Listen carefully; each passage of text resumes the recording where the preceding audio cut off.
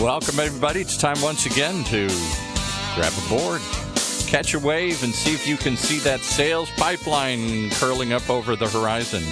With the greatest prognosticator I know, the only man that picked Chicago Loyola, this little tiny school, to be in the Final Four in the NCAA tournament, Matt Hines. I did. It's the truth. I had Chicago Loyola going all the way from the beginning. I had no doubt. No doubt. Me and Sister Jean. That's right. That was it. True believers. Yeah, we got to be a little careful. We had a couple weeks ago, we had actually 2 weeks ago, we had someone from Arizona. Last week, we had someone from the University of Virginia. Yeah. This week, we've got a Michigan State alum on the phone with us today. So very unhappy really people here. How we talk about March Madness this time of year, especially when we have guests from perennially, contending college basketball schools. Yes. Well, it's always fun. We are coming up on what is usually my favorite. I mean, we talk a lot about football and sports. My favorite sports week of the year is coming up here, where you have three things that combine together in 1 week. You've got like the first week of baseball. So I mean, today as we record this, today is opening day. That's right. For baseball. So next week is sort of the first full week of baseball. You've got March Madness, which starts Saturday, ends on Monday night, and then you've got maybe the greatest sporting event in the history of America. National Curling Week. No, it might be that too. I'm thinking about the Masters. Oh. I'll tell you what, the Masters. I don't know if you're not a fan of golf, it doesn't matter. Like they could not play. They could just keep all the fans and all the players off the course. Just show me a couple hours of Augusta National Golf Course. It is one of the most beautiful scenes in sports. I don't think I've ever watched it in my whole life. Oh my gosh, it's just. I mean, I don't know how much time and effort they put into manicuring that thing, but there isn't a pine straw or a blade of grass in the wrong place over there. It's amazing.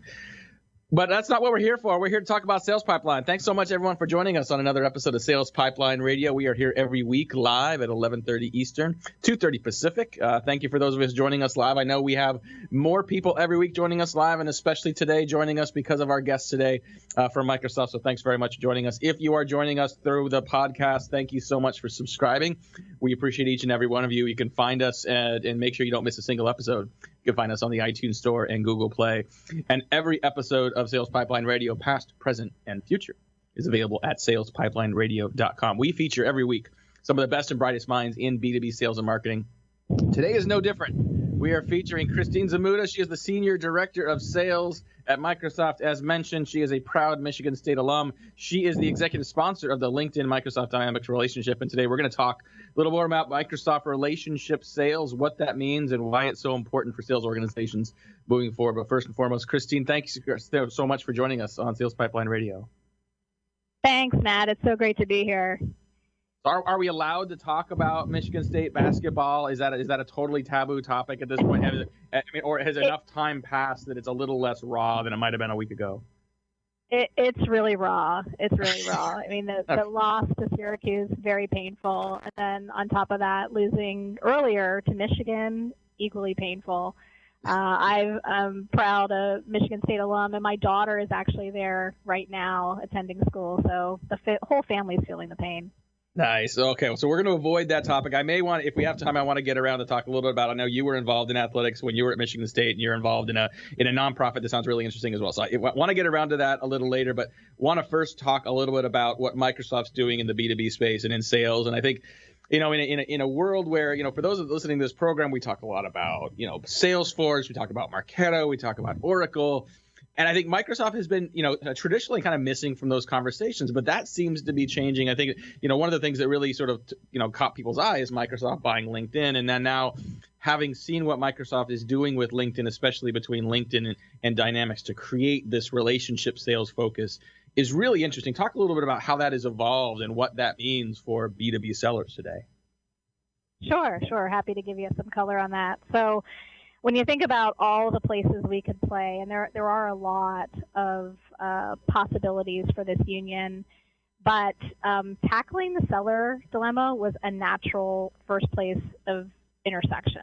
So if you think about it, Matt, with an installed base of 1.2 billion users of Office, 530 million LinkedIn members, Microsoft's in a really unique position to better the work life of sales professionals everywhere. So we embarked upon a journey. July, launched the solution, Microsoft Relationship Sales, and essentially what this enables sellers to do is benefit from the power of LinkedIn Sales Navigator, where sellers everywhere are using it daily to do research, to stay connected, to line of business decision makers with the experience of dynamic CRM.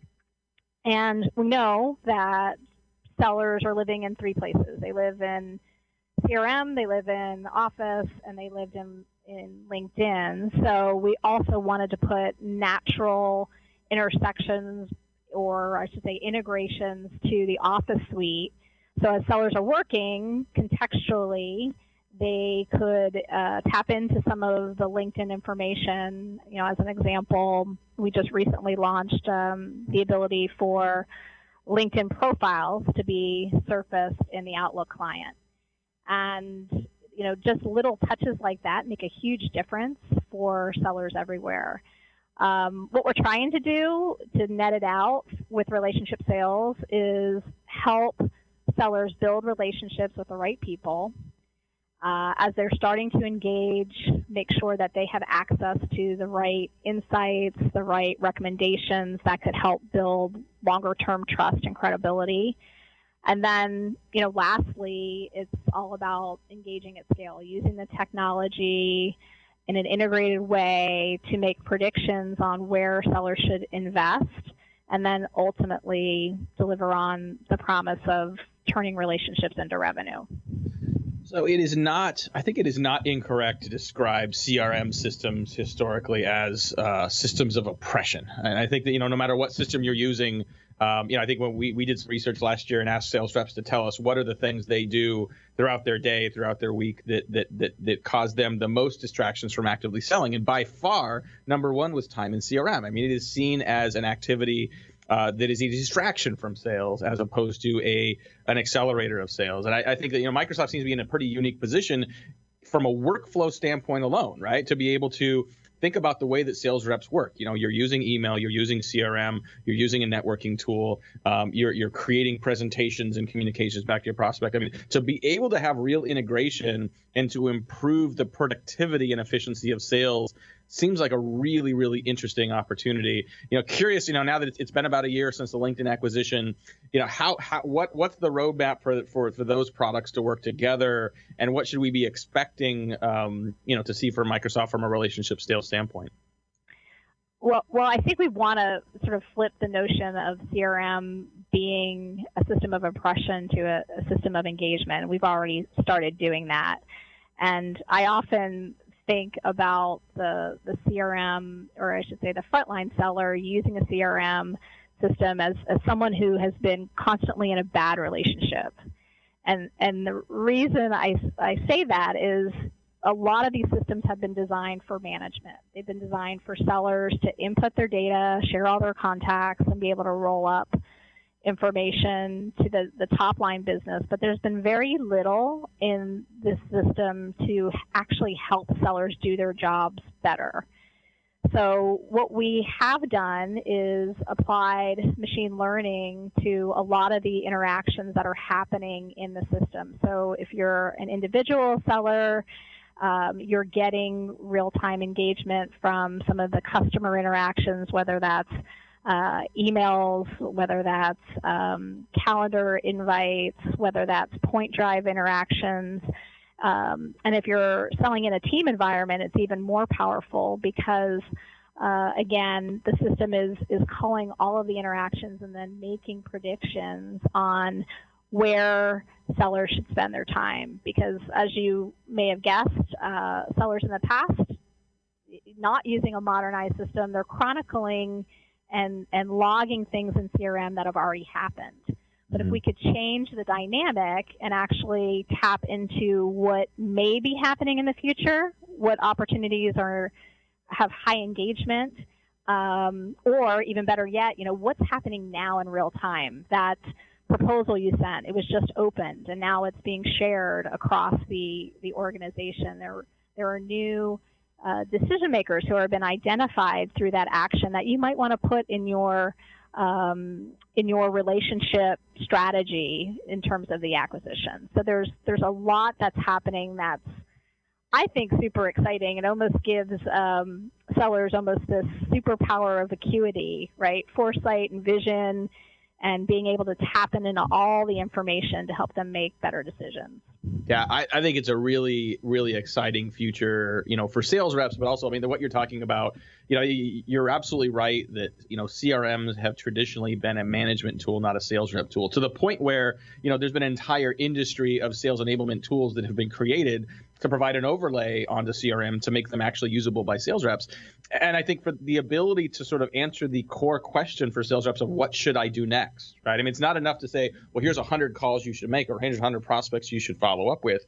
Which of them should you follow up with? Which of them do you appear to be most interested? Which of them do you maybe have the tightest relationships with based on the rest of your network, where you can actually get the most progress with that prospect possible moving forward? I think that the opportunities there are significant, and it's exciting. We're, Microsoft's just right down the road from us. We're based in Redmond. We're just right down the road from Microsoft main headquarters, and having seen sort of the legacy of Microsoft Dynamics and where it's come and where it's going.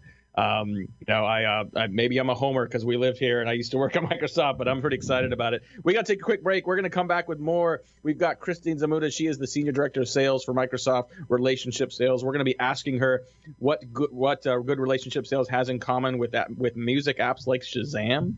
I wonder, Paul, we're going to figure that one out. We're going to talk to Christina as well, since she is not only talking about and evangelizing Microsoft, but she is a seller herself. Talk a little bit about what's happening in differences in the sales and buying process based on new technology and new solutions. Going to pay a couple bills. We'll be right back on Sales Pipeline Radio.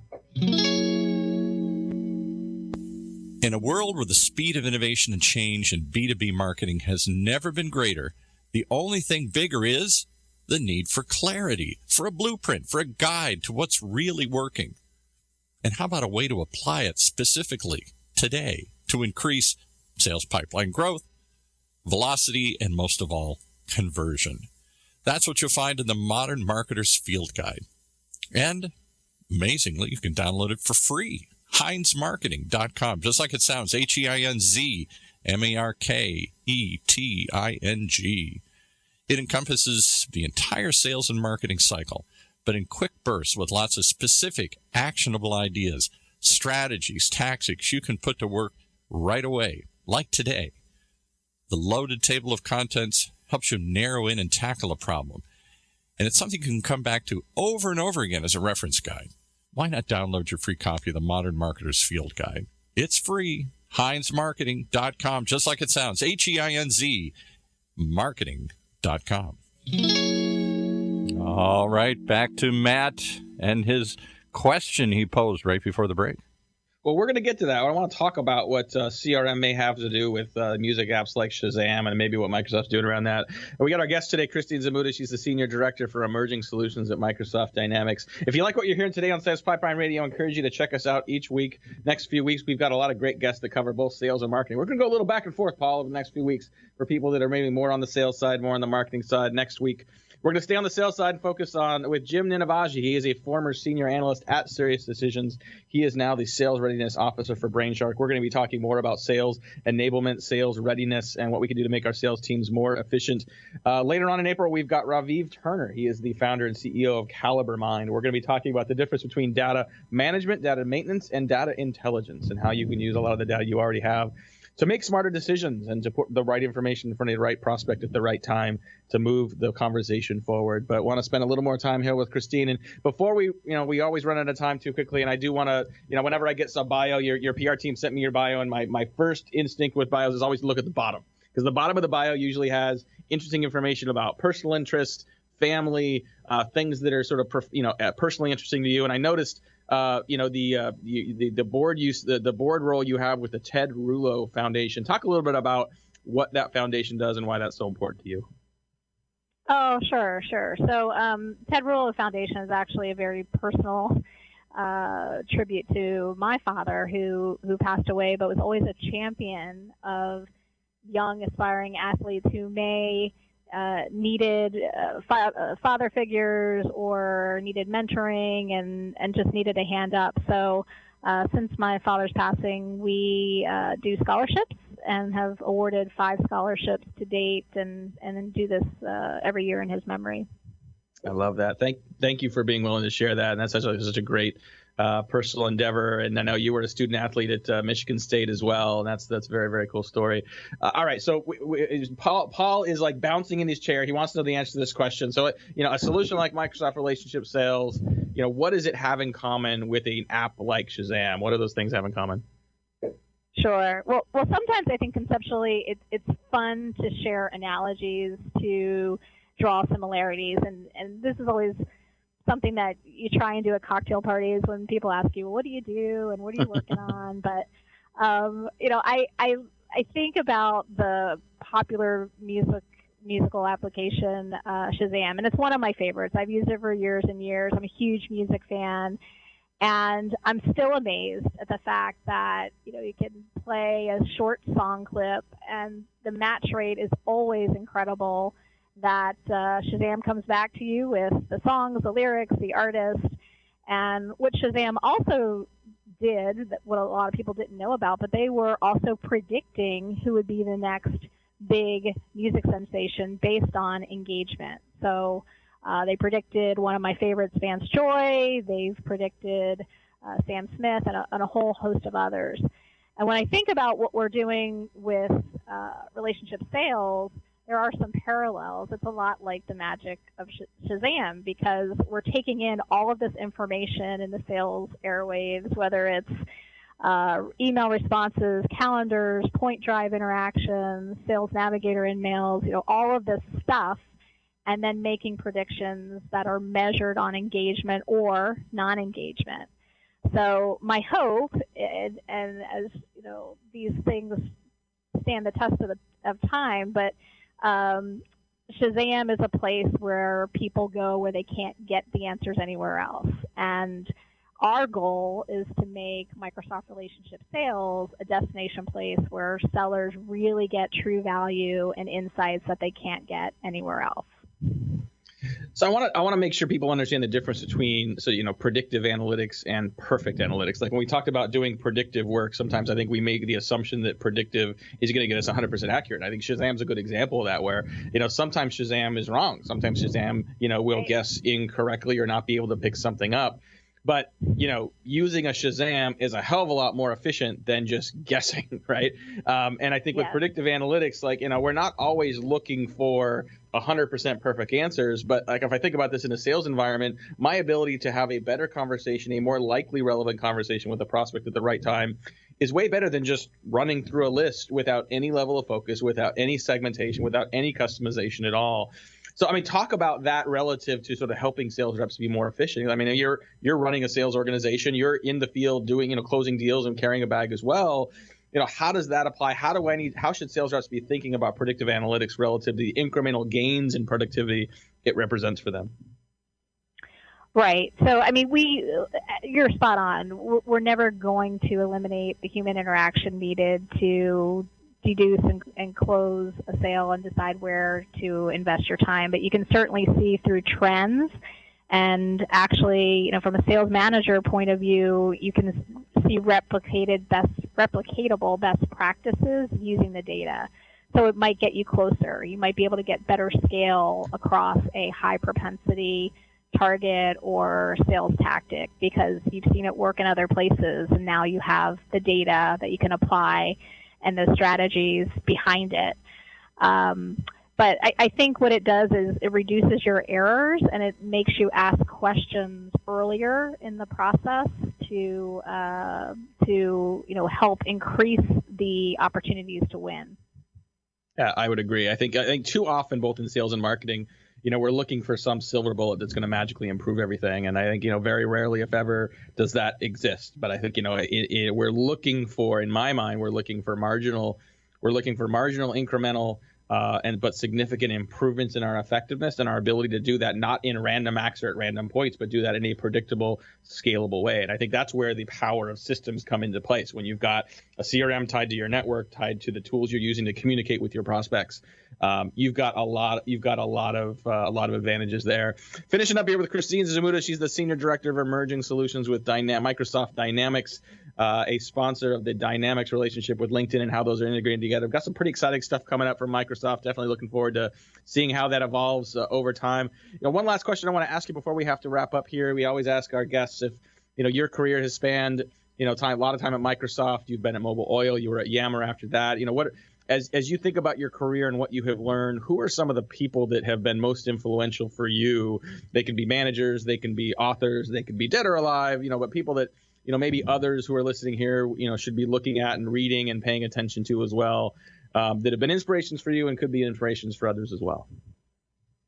Yeah, I guess I have two quick influencers to surface. I would suggest internally, our VP of Commercial Growth, Chris Weber, gave our team some great feedback and quite a challenge. And essentially, for sellers everywhere, if you can capture what your solution does in 7 words or less, you're doing a pretty good job of branding what the benefits are. So that's a good challenge for anyone, and that's actually how we came up with turning relationships to revenue. And then from an external point of view, I think a great influencer is Seth Godin. I enjoy a lot of his books, and one of his quotes I like that I think is really relevant right now is be genuine, be remarkable, and be worth connecting to. So as we think about, using these solutions to build bridges and help sellers sell, I think those are some good parting inspirational words. That sounds great. Now, and as much as I promised that was going to be the last question, I do want to ask one last question. I know we were talking before we started the show today about Microsoft's perspective on CRM, and I want you to give a quick pitch for the book you guys have published, Empowering the Modern Seller. Talk a little bit about what people can find for that, and we'll put the link to download that into our show notes and into the podcast as well. Sure. So the link, a quick and easy link, is aka.ms/pipeline radio. So we tried to wrap your brand in there too as well.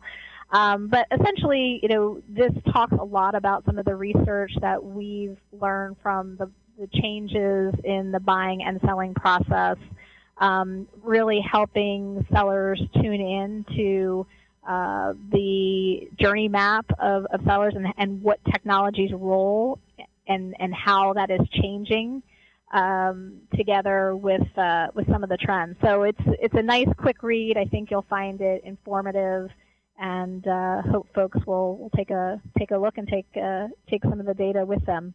That sounds great. Well, the title again is Empowering the Modern Seller. You can find it at www.aka.ms/Pipeline Radio, a special little offer, complimentary offer for our radio listeners. Well, we are out of time. Unfortunately, I want to thank our guest again, Christine Zmuda from Microsoft and Microsoft Dynamics, for sharing some of what Microsoft's up to, what's coming up.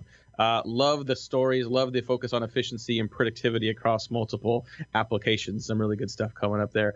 If you liked this episode, want to hear more of it, or share it with your colleagues who may be interested in what Microsoft's doing in B2B sales, you can catch it up online. We'll have a replay of this available on demand at salespipelineradio.com. We will have a summary of highlights from this conversation in about a week up on HeinzMarketing.com. And make sure you join us over the next couple of weeks. We got some great upcoming guests in the sales and marketing space. For my great producer, Paul, my name is Matt Heinz. Thank you so much for joining us on another episode of Sales Pipeline Radio.